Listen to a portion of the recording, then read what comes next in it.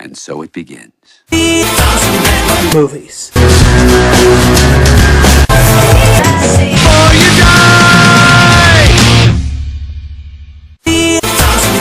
Movies.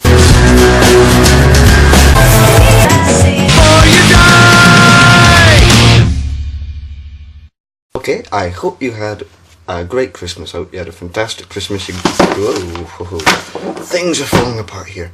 And I hope you got what you wanted. If you haven't, you've just been bad to Santa. You haven't been good. And as it's the end of Christmas now, I have to get back to the 1001 movies you must see before you die. And today I'm going to be starting with La Vie en Rose. And according to this book, it was released in 2007, directed by Oliver Dahan. The screenplay was by Oliver Dahan and Isabelle Sobliman, I don't know. And it starred Marion Cotillard, Sylvia Testud, Pascal Gregory, Emile Siggiadacan, Jean-Paul Rouvet, and Gerard Depardieu, who is one of the best French actors, I think. And this film charts the life and the biopic of Edith Piaf, the very famous French singer, and I will give you a test of her singing vocals, played by me. Non, je ne regrette rien, car ma vie, car mes joies, aujourd'hui, ça commence avec toi. Yeah, that was me. My singing vocals, not just ripped off YouTube. I swear. And it charts the life of Edith Piaf, played by Marion Cotillard. Now, sorry. The film starts off when she's a little child, and her mother doesn't treat her very well. She's very poorly treated, and then she's taken by her father to her grandmother's, who runs a brothel. And when the time comes, her father will collect her. Father collects her, takes her to the circus, and one day when they're needing money desperately, she tells him to do. She tells Edith Piaf, Marion Cotillard's character, to play something, just sing. And she sings beautifully. And then she sort of gets more famous in the circus, she gets a bit more money doing this. But when she starts to leave her home and around the age of 19, that's when things start to chart off. She's playing on the street one day, and then Gerard Depardieu's character, who works in a bar, tells her to come and play for her, and down in his bar, and she plays in the bar, and it's a great success. Then she gets hitched to a record deal, and that's when the story of Edith Piaf's story, you know, her fame getting to her head, that it would all go just right, and then went actually way downhill for her, and that's when the story really starts to kick off. Now, the film is just glorious to look at. If you look at this film, it's not down to the wizardry of the camera techniques, but of the set pieces and the way that this film is able to set in with the era of the 1930s all the way up to the 1960s. Now, this film has been talked about, for me, down to performances. Now, Marion Cotillard gives a wonderful performance as Edith Piaf. She does everything right for her. From the things I've seen, you know, she has all the twicks right. She goes with her having to do the painkillers. It's not just down the way her accent is, or the way she does these little hint things. It's all the little details and the way she's able to act as Edith Piaf, not just be herself with a beautiful singing voice. It's not like that.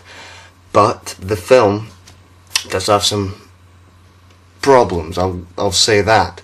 But through these performances, especially from Marion Cotillard, and as I am planning on doing this decade first of the 1001 movies you must see before you die, I think this charts up so far as probably one of the best female performances I've seen all the decade. Better than Kate Winslet, Nicole Kidman, Naomi Watts. Just goes up there, if not in the top 10, in the top 5, basically. And yeah, as I said a couple of minutes ago, it does have a couple of problems. There's a scene in this film, it's not really a spoiler, so just listen. It gets extremely silly in this scene, where she thinks, right the way through, this happens, after this scene, it happens right the way through the film, that she thinks she can pray away her problems. Marion Cotillard's character in one of the scenes, she's in the circus and Mother Teresa comes for her apparently, and she starts praying, and then this glittery thing starts speaking to her. I know what you're saying right now. It's stupid. It doesn't make a lot of sense, to be honest, and it takes away from the fact that it's a biopic. I don't know if that's what she said in an autobiography or whatever, but it doesn't work, and I don't think they should put that in the film at all. Also, the way it tells its story is kind of flawed, in my opinion. I think it's not down to the editing side. A lot of people probably will say editing, that it can't do editing right, but it's not that. It's the way it paces its story. It can go slow at times, it can go really thrilling at times. But then you have it going from this place to this decade, to that decade, to this decade, back and forth, not being able to get a way that it wants to tell its story. It doesn't know how it wants to tell its story ever. That's my problem. It just goes from one place to another, and you sort of invest in this decade with this version of Edith Piaf, and then you're back to the 47-year-old about to die Edith Piaf. It just doesn't work for me, I think. I think that's a major flaw in the film. But I think the performances well make up for all the flaws that the film has, and I think it's a thrilling and very interesting biopic pick. And if you're at all interested in great performances, great acting, great sets, great direction, and just a glorious sort of debut performance, because she's been in other movies, but this is the one that highlighted her success, and she fully deserved that Oscar. I give La Vie en Rose an 8 out of 10. I don't think it's perfect, and I'm not even sure if it should be in the 1001 Movies Before You Die, but if there was a book for performances of the decade, or the 1001 performances you had to see before you die, Marion Cotillard's performance would be right up there at the top. She gives a brilliant debut performance. I just loved it. So until next time, guys, I will see you later with hopefully another one of the 1001 movies you must see before you die.